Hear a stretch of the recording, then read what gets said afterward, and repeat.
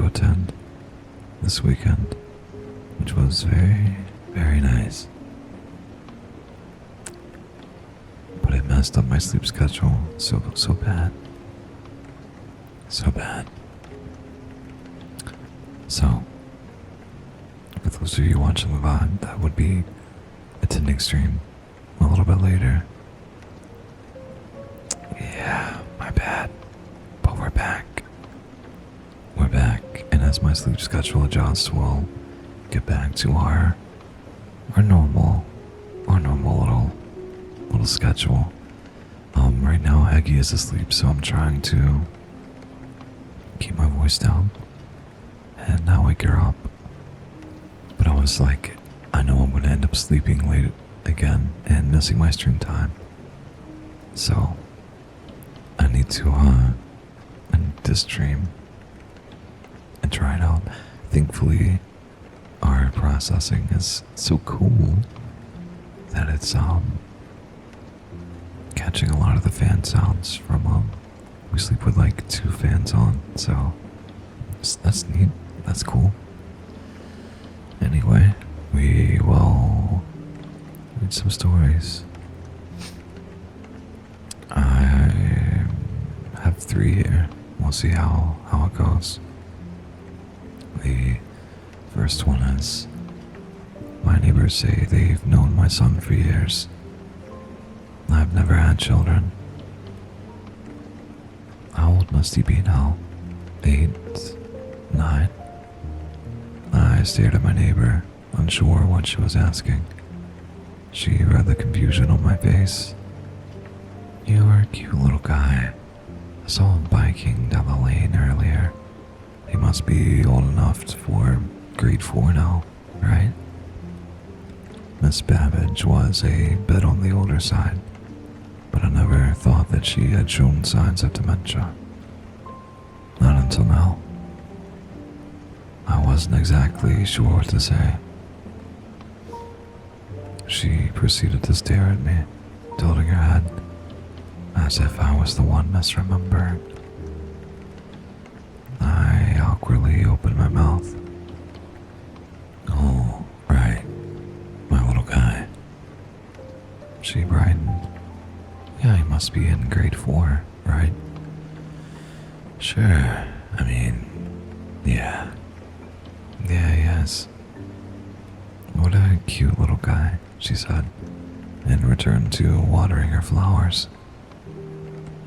It was an odd, slightly sad moment.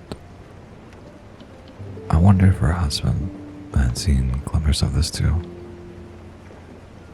I could only hope that this was a momentary blip and not the sign of anything Alzheimer's related. I took the rest of my groceries out of my car and entered my home. I had a long day of teaching and just wanted to sit back, unwind, and watch something light on TV.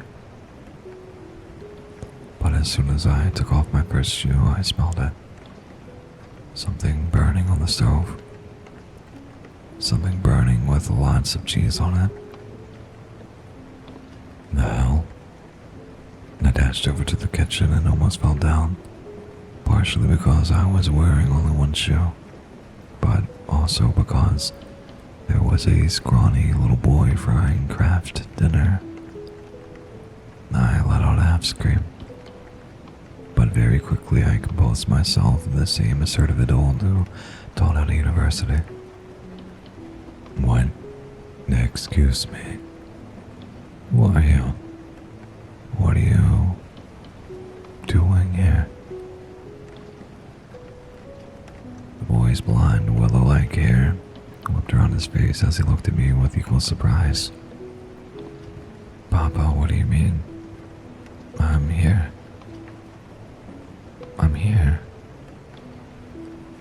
He was a scared, confused child. I couldn't quite place the bizarre inflection of his words. Do you want some KD, Papa? Have some. Have some. Was that a Russian accent? It took me a second to realize he was wearing an oversized shirt that looked just like mine. Was he wearing my clothes? I held out my palms like I would at a lecture, my standard everyone settle down gesture, and cleared my throat. Sorry, I don't know who you are or what this is. The boy widened his eyes, still frightened by my intensity. He stirred the food with a wooden spoon. It's Katie, Papa. Your favorite. Chili cheese kind. Don't you remember? His name was Dimitri. He claimed to be my son. Apparently at some point there had been a mother, but he didn't remember much about her. He only remembered me. You've been Papa my whole life. My whole life, Papa. I tried having a sit-down conversation. In fact, I tried to have many sit-down conversations where I explained to Dimitri that it would be impossible. But it always ended with him clutching me with impassioned tears, begging me to remember him. The confusion only got worse when my mother called. "How's my grandson doing?" she asked. I didn't know how to reply. The conversation grew awkward and tense until eventually I clarified my whole predicament. "Mom, what are you talking about? I don't have a son. I've never had a son." My mother gasped a little, then laughed and scolded me, saying I shouldn't joke around like that, because of course I have always had a son. A smart little guy who will be celebrating 9 this weekend. I hung up. I stood petrified in my own kitchen, staring at this strange, expectant Slavic child. For the next 10 minutes, all I could do was ask where his parents were, and he just continued to ask frightened, like any authentic kid might, and replied with the same questions. "How did you forget me, Papa?" My method wasn't getting me anywhere, so I decided to play along. I cleared my head with a shot of espresso. I told him my brain must have been scrambled from overworking, and I apologized for not remembering I was his father. He brightened immediately. "It's okay, Papa. It's okay." He gave me a hug. "You always work so hard." The tension dropped further as Dimitri finished making the noodles and served himself some. I politely declined and watched him eat. And he watched me watch him eat. "So you're okay now? You're not angry?" His accent was so odd. "No," I said. "I'm not angry. I was just a little scrambled." His eyes shimmered, looking more expectant. "So it can be normal now." A warm chill trickled down my neck. I didn't really know what to say, but for whatever reason, I did not want to say, "Yes, we can be normal now," because this was not normal. Far from it. This child was not my son. He started playing with his food and quivered a little, like a worried mouse seeking reassurance. "Everything will be fine," I eventually said. "No need to stress. Enjoy your noodles." To my shock and dismay, I discovered that Dimitri also had his own room. My home office had somehow been replaced by a barren, clay-walled chamber filled with linen curtains, old wooden toys, and a simple bed. The smell of bread and earth wafted throughout. I watched him play with his block spinning tops for about half an hour before he started to yawn and say he wanted to go to sleep. It was the strangest thing tucking him in. He didn't want to switch to pajamas or anything. He just sort of hopped into his straw bed and asked me to hold his hand. Dimitri's fingers were cold, slightly clammy little things. It was bizarre, comforting him like my own son, but it appeared to work. He softened and lay still, He didn't ask for any lullaby or bedtime story. He just wanted to hold my hand for a minute. Thank you, Papa. I'm so glad you're here. So glad you could be my papa. Good night. I inched my way out of the room and watched him through the crack of his door. At about 9:30, he gave a small childlike snore. He had fallen asleep. Cautiously, I called Pat, my co-worker with whom I shared close contact. He had the same reaction as my mother. Arlen, of course you have a son. From your marriage to Svetlana. My marriage to who? You met her in Moscow when you were touring Europe. It was true that I had guest lectured 15 years ago across the UK, Germany, and Russia. I was awarded a grant for it, but I only stayed in Moscow for 3 days. I never met anyone named Svetlana. Don't be weird, Arlen. Come on. Pet's conviction was very disturbing. You and Svetlana were together for many years. We were. How many? Look, I know the divorce was hard, but you shouldn't pretend your ex-wife doesn't exist. I'm not pretending. I'm being serious. I don't remember her. Then get some sleep. I sipped on my second espresso of the night, but I have slept. I'm fine. All that I don't get with this joke is, knock it off. It's creepy. I'm not joking.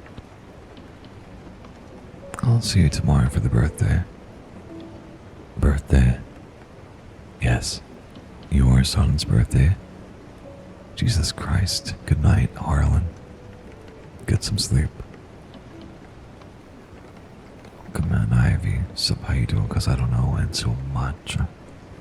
And thank you both, Brandy, and so much for the daily coffee.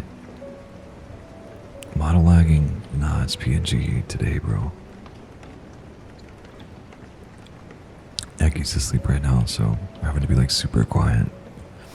And I didn't want to like have the ring light on and turn the lights on and stuff like that, so the model can track. So we're doing P&G tonight.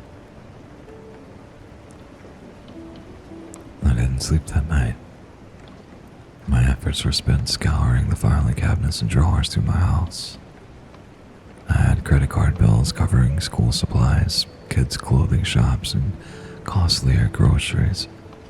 I even had pictures of Dimitri hung around the walls from various ages. It's like everything was conforming to this new reality. The harder I looked for clues to disprove my fatherhood, the more evidence I found confirming it. It was Dimitri who woke me up off the living room couch and said Uncle Boris was here. Uncle Boris? I peeked through the window and could see a very large blond man smiling back at me. Behind him was a gaggle of other relatives, all speaking Russian to each other. Hello, Harlan. The blond man's voice penetrated past the glass. We're here for birthday. They all looked excited and motioned to the front door. They were all wearing tunics and leggings, traditional birthday clothes or something. I was completely floored. I didn't know what to do, so I just sort of nodded and suddenly slinked back into my kitchen. Dimitri came to pull at my arm. Come on, Papa, we have to let them in. I don't know any of them. Yes, you do, Papa. It's Uncle Boris. That's Uncle Boris. I yanked my hand away. It was one thing to pretend that I was this kid's dad for a night, and it was quite another to let a group of strangers into my house first thing in the morning. Dimitri frowned. I'll open the door. Wait. Hold on. I grabbed Dimitri's shoulder. He turned away. Let go. Welcome in. Dark green. Nia. And what's up, Foxley? How you doing tonight? Or this morning, for me. Feels like night because I have not slept. Big F. I tried to pull him back, but then he dragged me into the living room again. Our struggle was on display for everyone outside. Boris looked at me with saucer eyes. Dimitri pulled harder, and I had no choice but to pull harder back. The boy had his head on the table as he fell. Boris yelled something in Russian. Someone else hollered back. I heard hands trying to wrench my door open. Dimitri, stop, I said. Let's just take a minute to... You're hurting me, Papa. What? My front door unlocked. Footsteps barreled inside. I let go of my son and watched 3 large Slavic men enter my house with stern expressions. Dimitri hid behind them. Is everything okay? Boris peered down at me through his tangle of blonde hair. Yeah, sorry, I said, struggling to find the words. I'm just very confused. Why were you hitting Dimitri? The little boy pulled on his uncle's arm and whispered something into his ear. Boris's expression furrowed, but before I could speak further, a slender pair of arms pushed aside the male figures and revealed a woman with unwavering bloodshot eyes. Something in me knew it was her. Svetlana.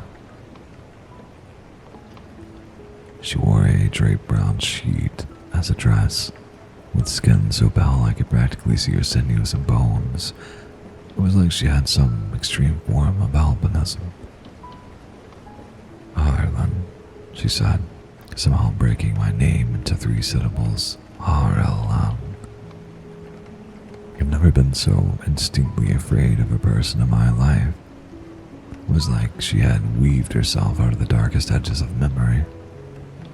Saw flashes of her holding my waist in Moscow outside Red Square.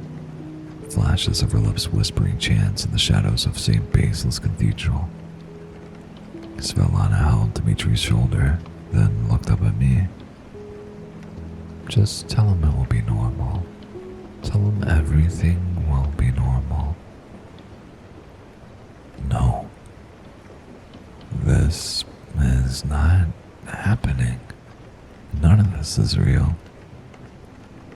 Barefooted, still wearing the same clothes as yesterday, I bolted out the back of my house and hurtled towards my driveway. Before the rest of my new family could realize what was going on, I hopped into my Subaru and stepped on the gas. As I drove away from my house, I looked back into my rearview mirror, and I swear, it didn't look like my house at all. It looked like a thatched roof hut. Back at the university, I walled myself up in my study. I canceled all speaking arrangements for the next week, saying I needed a few personal days. No one in my department knew I had a son, and nothing in my study indicated I had an extended Russian family. When I asked Pat about our phone conversation last night, her response was, "What conversation?" My mom said the same thing. With immense trepidation, I returned to my house the following day, and after setting foot back inside, I knew everything had reverted back to the way it was before. No more framed pictures of Dimitri, no more alarming photo albums, and that clay-walled room where Dimitri spun tops and slept inside. It was just my home office again. To this day, I still have no clue what happened during that bizarre September weekend, but doing some of my own research, I'm starting to think I did encounter something in Moscow all those years ago. Some kind of lingering old curse, or a stray spirit, or a Shrenya Vedma, a black witch disguised as an ordinary woman. Although I haven't seen any evil things bubble up around my place since, every now and then I do have a conversation with Miss Babbage, and she seems to remember my son very well. Such a cute little guy, always waving hello.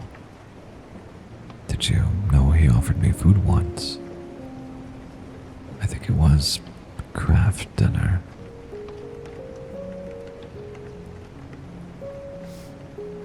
Wasn't bad. It's an alright little story.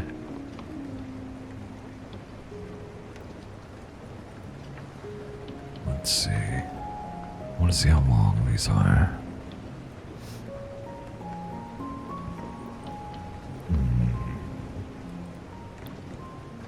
Alright. This one is titled, I work at a museum. There's a pedestal that's almost always empty, and its plaque says, do not look when occupied. I've posted here before. This job I got from the dark web asked me to watch over a rather strange exhibition. I feel I'm not alone, but the pay is well, and my first day here didn't raise enough questions for me to quit. The next days after my first contact with whatever was there went on peacefully. I mean, as peacefully as they could. You know what happens when the seed of fear is planted into someone's mind? They start to notice things and automatically shape them out as weird. Any temperature shift or any groaning of the wood nourished that seed already nailed into my brain like a parasite. My eyes would dart to random corners of the rooms, impatient and ready for something. Anything to pop out of frame and scare me. I felt swallowed by the huge warehouse, unable to see exactly what was digesting me.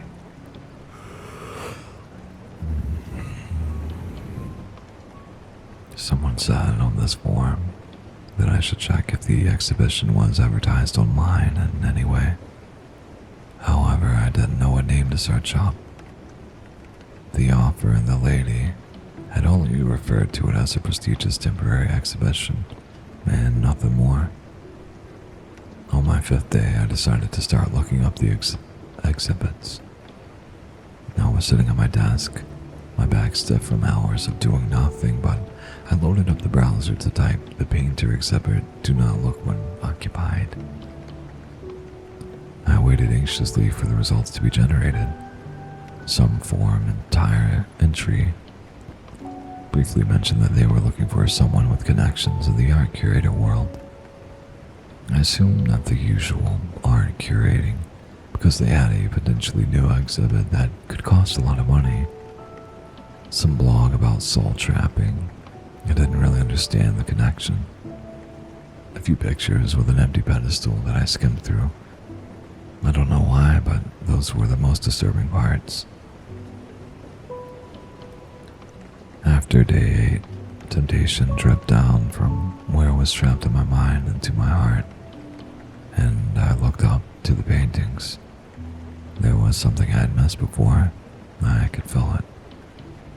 But I don't know how I knew, but I did. I got up and walked to my mother, the sea landscape that had shown me nothing when I first looked. I stared at it for as much as I could. Just me and the painting in the empty warehouse. The more I stared, the more I realized that the painting seemed to be moving. I know that must have been a trick of the mind, something invented by my bored brain, and yet something really did move. It was shaking a little, a flicker of light into the darkened sky awaiting the storm. It was there and terribly real. I leaned in a little closer, and suddenly the flicker disappeared, but something in the painting leaned in too. as if to also have a closer look. I jumped back. I didn't understand what I had seen. It was impossible to describe. The thing jumped back too. I stared in sheer confusion until relief and embarrassment washed over me. The painting had a protective glass over it. I'd seen my own reflection in the waves. But as all good things, the relief ended when I remembered the flicker I'd seen. It was back now and right next to my reflection. I could make out a woman's face behind me. It was as if my body had been physically hit. I flinched and looked back, greeted by nothing. I took a step to the side, staring at the next painting of a dense forest titled My Father. Only I was looking at the reflection of an elderly man next to mine. How could that be possible? The title wasn't of what was painted, but of what the glass reflected. I took half a step to the side, reading the title of the next painting in the corner of my eye. The Sleeper in the Corner. I moved in front of it and looked at the painting, concentrating on the glass. In the corner of the room, right where my desk was, I could make out the reflection of someone crouched over. What the heck? I said out loud, turning my head so quick that my neck hurt. No one was there. No one I could see was there. With the corner of my eye, I read the next title. The Open Mouth. My blood ran cold. My heart was pounding uncontrollably in my chest, making me dizzy. Either sending too much blood or not enough. I gasped and slowly stepped towards the desk, then the spot where I'd seen the reflection. I didn't bump into anyone invisible. If I looked at the painting again, would it be titled differently? Right then, the entrance door opened. I almost shat myself at the sudden noise. The lady from the first day stepped in. I just wanted to check on you and see if things are going well. Yeah, I mean, there's definitely weird stuff happening. Kind of an eccentric exhibition you have going on here. I don't own it. She walked away all the way back down, slowly, taking her time to inspect each of the exhibits. When she came back, she didn't even seem surprised to see that the stack of tickets hadn't gotten smaller. I realized I had left the tab of pictures of empty pedestals on my laptop, and I turned it so I wouldn't face her. Good job. You're doing well, she muttered. One thing, though, sometimes it'll try to trick you. Who? To look at the pedestal. Just be careful. Again, we appreciate your discretion. Right. She left without saying goodbye. I sighed and turned the laptop back to me. I stared at the picture of the empty pedestal. It looked just like the one in the warehouse. I saw my reflection in the monitor, and then I saw another flicker of a reflection that turned into a silhouette. I watched it glide across the laptop screen right where the empty pedestal was. And then I watched it lean over. Now the pedestal looked like it was occupied. I stared at it for a few seconds before realizing what had happened. I quickly slammed the laptop shut and looked behind me. That didn't count, right? That didn't count. I clocked out early that day. I hope they didn't mind. That didn't count, right? I did not care much for that story. I was not one of the better ones that we've run across.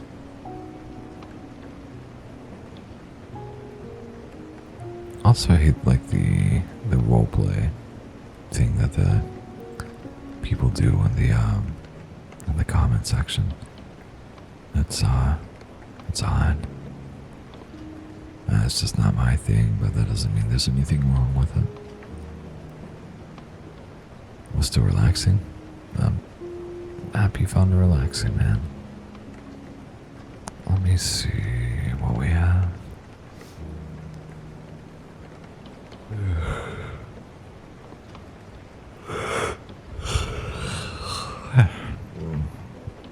You're very, very welcome.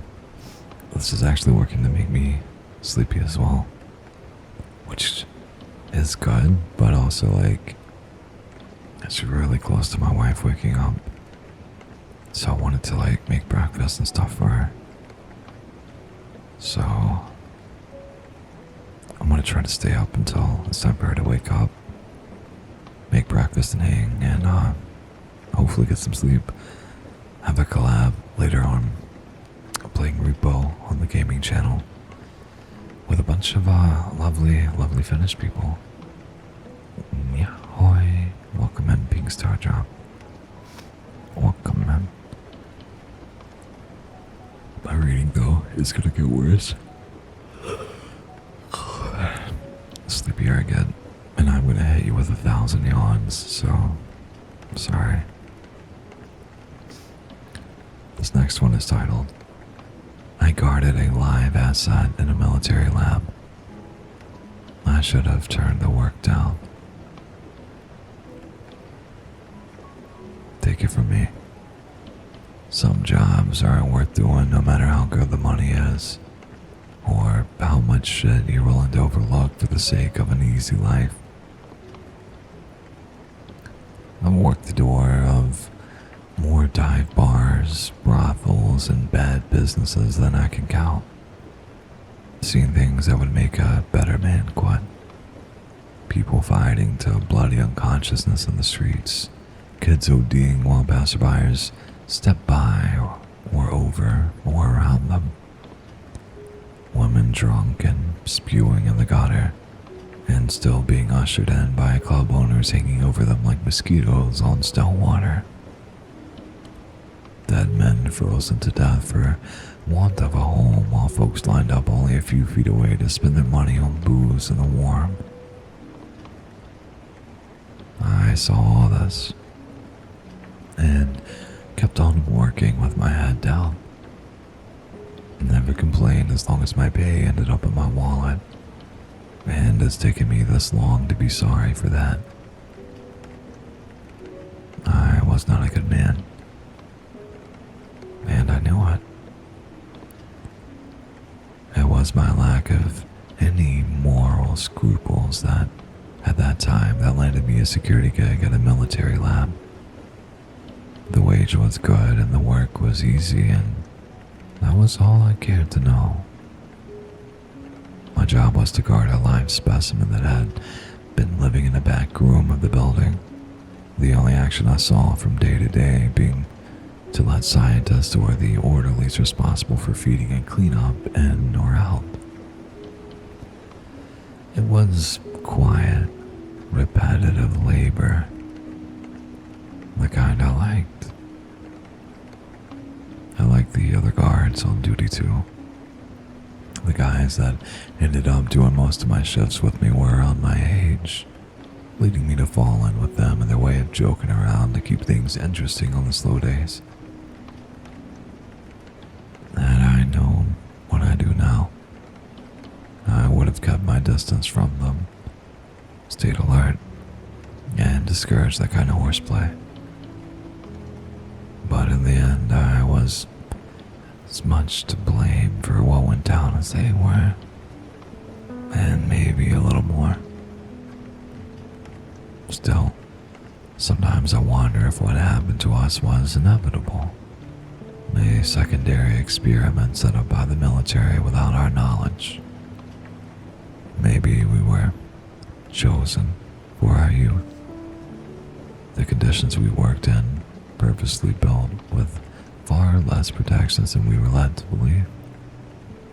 And at this point, nothing would shock me less. And intentional or not, I'm sure those scientists were grateful for their findings. The animal in the room we were guarding had come from a forest somewhere. The locals in that anonymous location, generally suspicious of any military presence in the area, had supposedly led representatives right into the creature's habitat, suggesting that it had been a nuisance to them, and they were glad to be rid of it. Now, it was a military asset, and effectively their prisoner.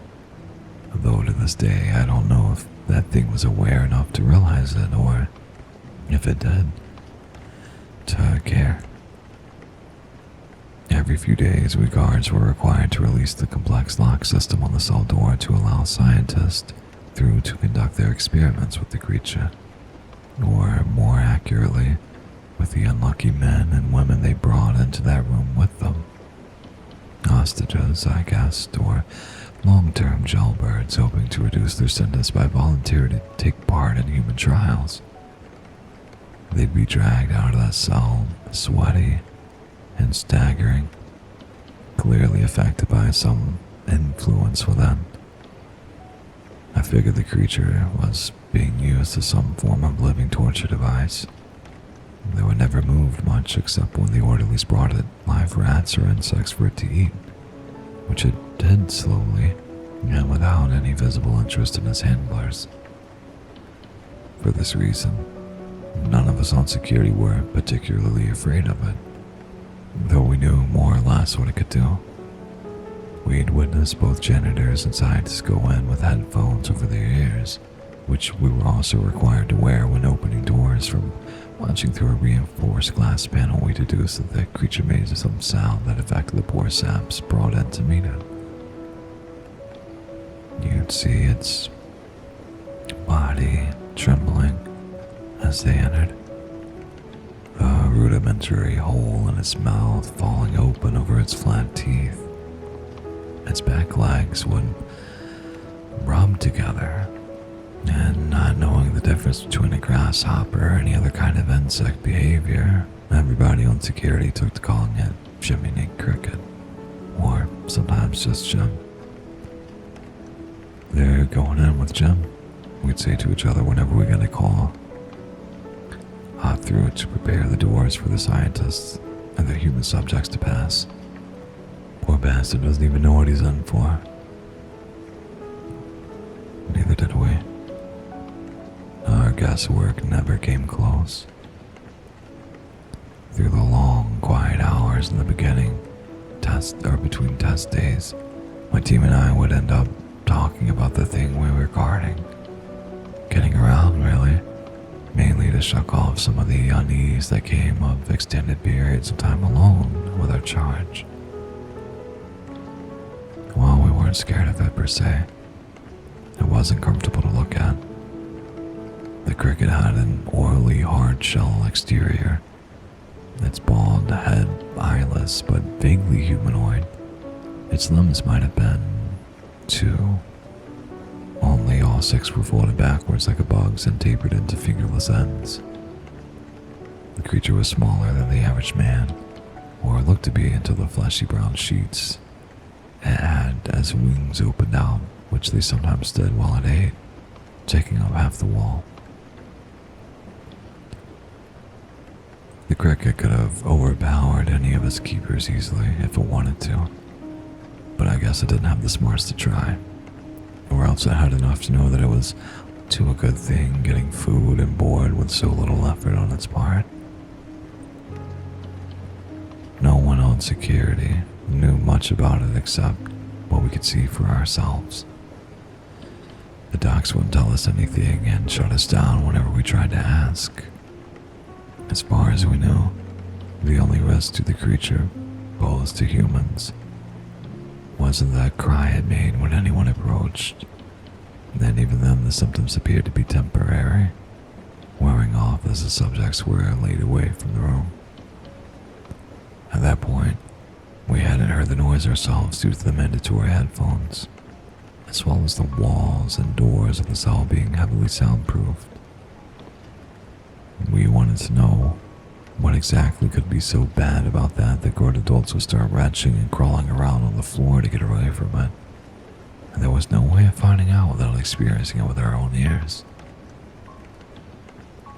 It didn't occur to us that it would be better to leave our curiosities well alone. We were all barely more than kids at the time, bored and stupid and worn down by all we'd seen into a dangerous apathy. Besides, the human subjects had always come out of that room alive, and so we had no reason to think that the sound would cause any lasting damage. One shift, we started seriously planning about how to get our personal experiment without being fired. We had full control over the security cameras, which could be switched on or off from outside the room, as well as the lock system, making it easy for us to enter and exit rapidly so to avoid being caught. My youngest colleague, Carson, volunteered to go in first. At 22, he looked a good 5 years younger, stood bouncing on his heels and whistling, full of adrenaline. "Let me in, boys," he said. "I'm ready." We did as we were told, the heavy door sliding apart as we released the locks, then closing at Carson's back. Watching him through the glass panel, my other colleague Stanmer and I made mocking gestures at him, our headphones secured over our ears. We were confident he'd be in and out quicker than the regular subjects who only ended up in the cell for so long because we kept the door shut fast against their pounding fist and mouths pleas for freedom. Carson would be out in seconds, we thought, with a sore head for his troubles and nothing more. He grinned at us over his shoulder, taking a narrow step towards the cricket until it shifted on the wall. "Look at that asshole," Stanmer commented fondly. I only knew what he said from reading his lips. "He's gonna regret this. Just watch." The cricket's mouth opened, and even from a distance, and behind thick glass, we could see its weird limbs rattling together. Though I couldn't hear it, I felt a sort of vibration through my skull. And glancing at Stanmer, I knew he felt it too. "Here we go," I said. "It's singing." Carson was listening, stood with his back to us in a kind of trance. This wasn't unusual for initial subjects' reactions, so Stanmer and I just chuckled a little, nudging each other back and forth. Carson started twitching violently like a body caught in a hail of gunfire and dropped to the floor, making no attempt to claw to the exit the way that we all agreed to when it got too much. It occurred to me as I watched him convulse that he wasn't fully conscious, that none of the subjects had been until they had been pulled up onto their feet and beyond the doors, beyond that cricket song. That's when I saw a dark stain spreading through Carson's pants and across the still tiled floor that I knew for sure he was out of it. "Shit," I said, and facing Stanmer I added, "Go in and get him. I'll stay out here and get the doors." I reopened the cell and stepped aside before Stanmer had the chance to complain about it. He mouthed something at me, then, realizing I couldn't understand him, just shrugged and went on in. Unaffected by the cricket, Stanmer walked directly to Carson and grabbed him underneath both arms in order to drag his dead weight towards the exit.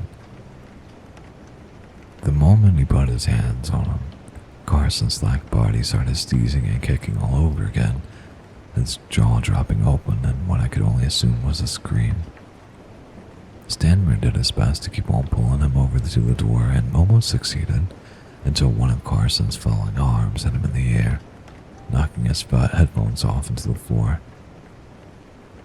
Immediately he was rigid, his face twisting towards the creature with an expression of horror unlike anything I'd seen outside of a movie. rather than drop like Carson. Spanmer's response was to continue hauling our friend towards the door with one hand, the other scrambling to pick up the headphone and drag them back down over his ears again. I couldn't tell whether the two of them were in physical pain, nauseated, or had gone crazy with fear. I figured it was all three at once and understood that if I left them in that cell any longer, I could end up with two steps on my hands and I'd have to explain that to our higher ups. Again, I activated the lock release, moving back as the two men collapsed to the entryway, breathing too hard to speak. When I bent down to help Carson onto his feet, he grasped at my face, wrenching one ear of the headphones off me and pointing with his other hand at the creature on the wall. "Listen," he said. Or I think he did. I could barely hear him over his noise. "You better listen too." Later, he told me that hurt and spite had driven him to do what he had done, that he couldn't bear the idea of any one of us getting away unscathed. He said he couldn't remember exactly what he had experienced in the noise. Wouldn't until much later, when everything went to shit, but that he was sorry anyway. I think he meant it then. I think he really did. Still, I resented him for forcing me to listen even when I understood why. In the few seconds the headphones left my ears, I heard the cricket song, more like the guttural hum of many men together than any kind of insect. Under it was a dull whining that seemed to stab through my ear and out through my eye with an agony so deep I would have beaten my brains out of my skull on the floor to be rid of it. Still, the worst of that sound was not what I heard, but the things it put into my head. Thoughts that, like my colleagues, I'd forget even as we lay sweating and cursing against the locked door of that cell. I remember the terror of that imagery, the horror and disgust of myself for being able to conceive of such things. And I remember that I'd enjoy some of what I'd glimpsed. I'd wanted it to go on and to end with that same crazed strength. How I got out of there and locked up, I still don't know. Only that I was the one to do it. Later, it was Stanmer that, with headphones safely secured, cleaned up the inside of the cell and helped Carson get himself together. The kid was almost mute, shaking and chucking his guts up in the nearest bathroom for almost 2 hours. Once our shift was over, and the three of us stood smoking together by our cars, our hands trembled like we were drunk. "What'd you see, Mac?"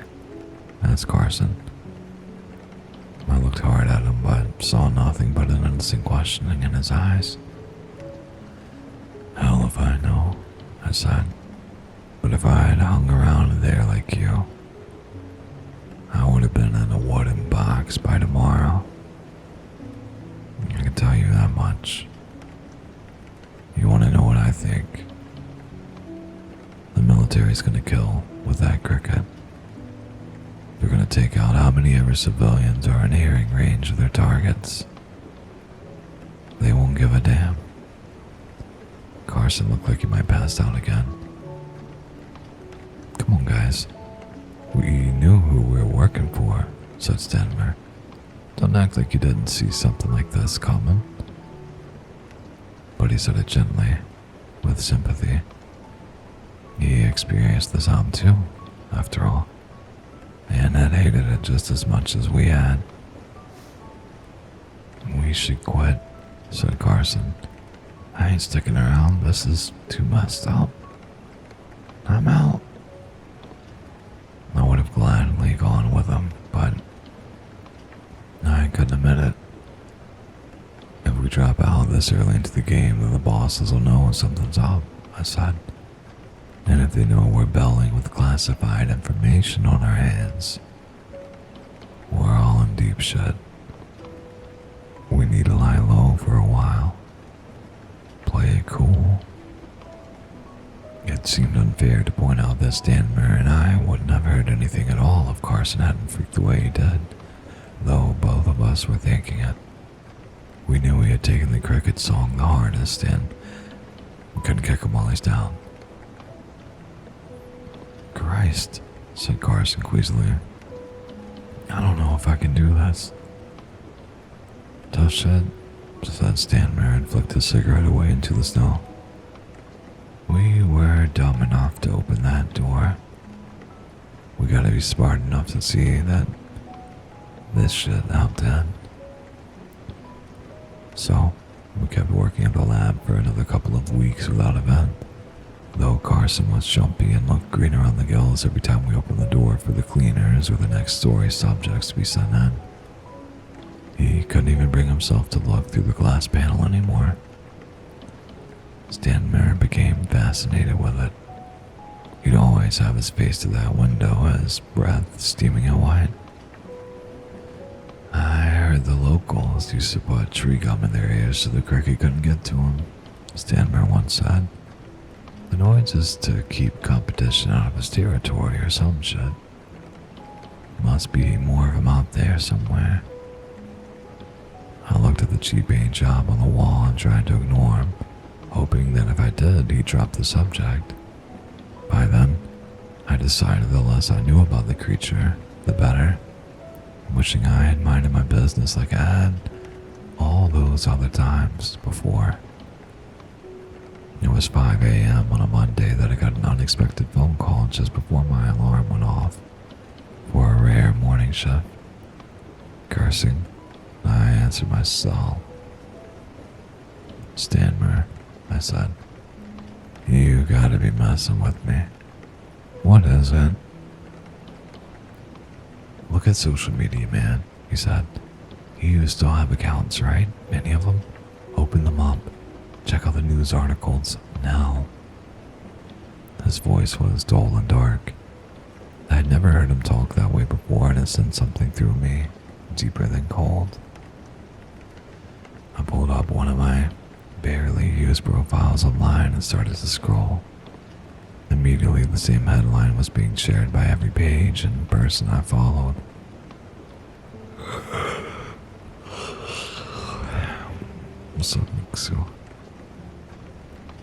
I clicked the link to one of the articles and sat reading in the early morning darkness. There had been a mass shooting at an office block in the next town over. Every man and woman leaving after work gunned down before they had a chance to comprehend what was happening. Even the security had been taken out. The shooter had access to all the doors and an in-depth understanding of the building's layout and weak points. The young man had entered, slaughtered the occupants in relative silence until police arrived at the scene, hoping to apprehend him. At this point, the shooter, covered in blood and visibly distressed for the first time since the incident began, started shouting at the officers from an open window. I saw it, he said. I heard it, and then I saw it. I wanted it. I didn't want to, but I did. I wanted to do it. Then he turned the gun on himself and had blown a bullet through one ear and out his left eye, dying instantly. I couldn't stop replaying the clips that had been taken from the scene, pausing on that bulge-eyed, tormented face. A face I knew. A face seen daily at my side for months on end, smiling and laughing. I didn't dare bring the shooting up at the lab where Stanmer and I regarded Carson's replacement in distrustful silence. Only after our shift had ended did we even mention his name. Crammed knee to knee in a tiny bar in the fringes of town. He must have been fired from security at that office years ago, I said, trying to pretend that I hadn't been dissecting and analyzing Carson's dying words obsessively all morning. Must have had a grudge, decided to go back and see it through. Nah, said Stanmer, shaking his head. Maybe that's the way they'll spend it. But he never worked there a day in his life. Never even knew shit about it until he went in with Jim that day. See, Carson turned up at my place last night just before it all went down.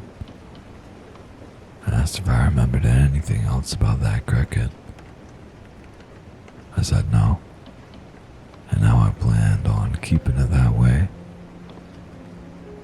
So that's when Carson told me that it was coming back to him. When the cricket sung to him, he started seeing flashes of what he was going to do at that office building.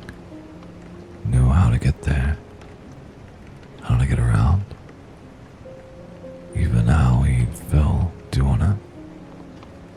The murder, how he'd kill himself when it was over. Hell, he said he even liked the idea, even though he swore he ever actually thought that way before. He said he was scared and he was going to drive out there and do it the same night. Like shit you are, I said. What would you go and shoot a bunch of people for just because some bug in a cage told you to? The way he looked at me. Jesus. Now I'm getting chills just thinking about it. He had those crazy eyes, you know. That smile. I want to do it, he said. I know how good it's going to be. Just as sweet as that song. Then I swear he started humming and it was like that cricket sounded. All those voices. But it was just him standing there. Stanmer took a drink, looking at his glass like he wished he had never gotten to the end of it. Why didn't you tell me sooner? I asked him. Well, you could have done something. Stopped him. I took Carson's gun, said Stammer. Made him promise to go and see a doctor in the morning. He calmed down. Seemed like I got through to him, you know? But I guess he had another gun somewhere and just went out of town instead and did just what he said he would. I pushed my own glass away, sickened by it. Jesus, I said. So what? You think the cricket made him go crazy? That he wouldn't have done what he did if he hadn't gone in there with it? Stammer made a face. I ain't saying that. I think it brought him out of him. Found something in his head. Just a dark thought, like we all have. Potential, you know? And instead of being just a thought, suddenly it was something he wanted. I saw a bag of thick ball of saliva and looked up. Well, you better tell me if you start remembering that shit in the lab, alright? If you start wanting to shoot anybody, hell, I'll tie you down if I have to. Just talk. You hear me? Stanmer laughed uncomfortably. He wasn't the opening up to people type. More like the quiet kind that stepped in when others needed something from him. Sure, said Stanmer. Same to you, Mac. I mean it. Stanmer held his hands up in defeat. Alright. I swear it. I don't remember a thing I said when Jim was singing, but if you do, you'll be the first to know. I wasn't. A week later, with Stanmer's face, I saw on the news an old photograph of him and his wife Amelia laughing together on a trip that they had taken the previous year. One night, Stanmer had taken a knife to bed with him, stuck it in and out of Amelia so many times that when the cops turned up, they couldn't tell if the thing on the mattress with him was even human until they saw the bones. After killing his wife, Stanmer had driven that same blade through his own ear with such force and at such a severe angle that it emerged through his left eye. Shouldn't have even been possible, the professional stated, but he had done it all the same. News reports claimed that there had been text messages recovered between Stanmer and his wife where he discussed having violent thoughts, and that he was handing in his notice at work and moving out of the family home until they passed. Amelia had begged him to stay, saying that they'd see a doctor together, and so he'd come home and promptly murdered her. Same old story, people said. Jealous husband, turning like that. It was never out of the blue. He'd find some hint in his past if they went looking. And it all makes sense. But though, maybe there was a streak of that kind of violence in Stanmer, I knew I would have brought it out of him. Imagine him humming under his breath that he had driven up to the house that night. Hey, hum like many voices in one. Something's gonna come out of me, too, if I don't make a move.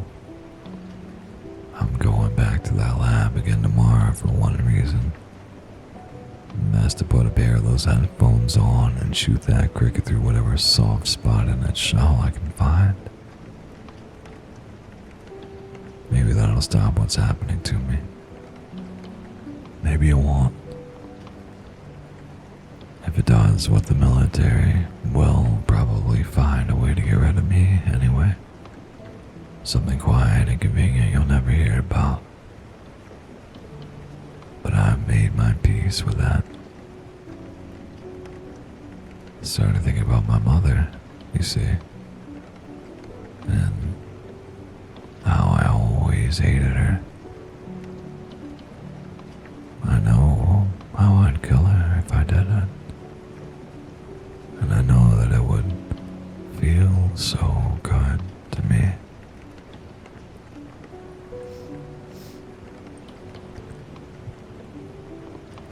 Thank you guys for popping in.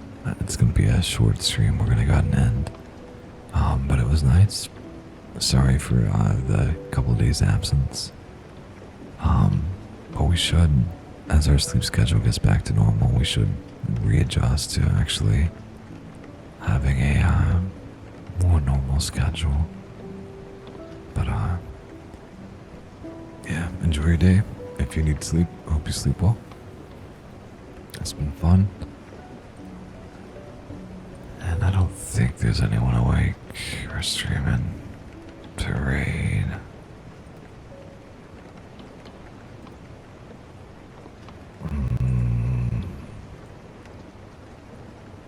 Let's see. No, there's no over. Okay, yeah, that'll be it. See you later on the gaming channel if you want to watch that. We'll be playing Repo with a bunch of Finnish VTubers. But anyway, enough chatting. Until tomorrow.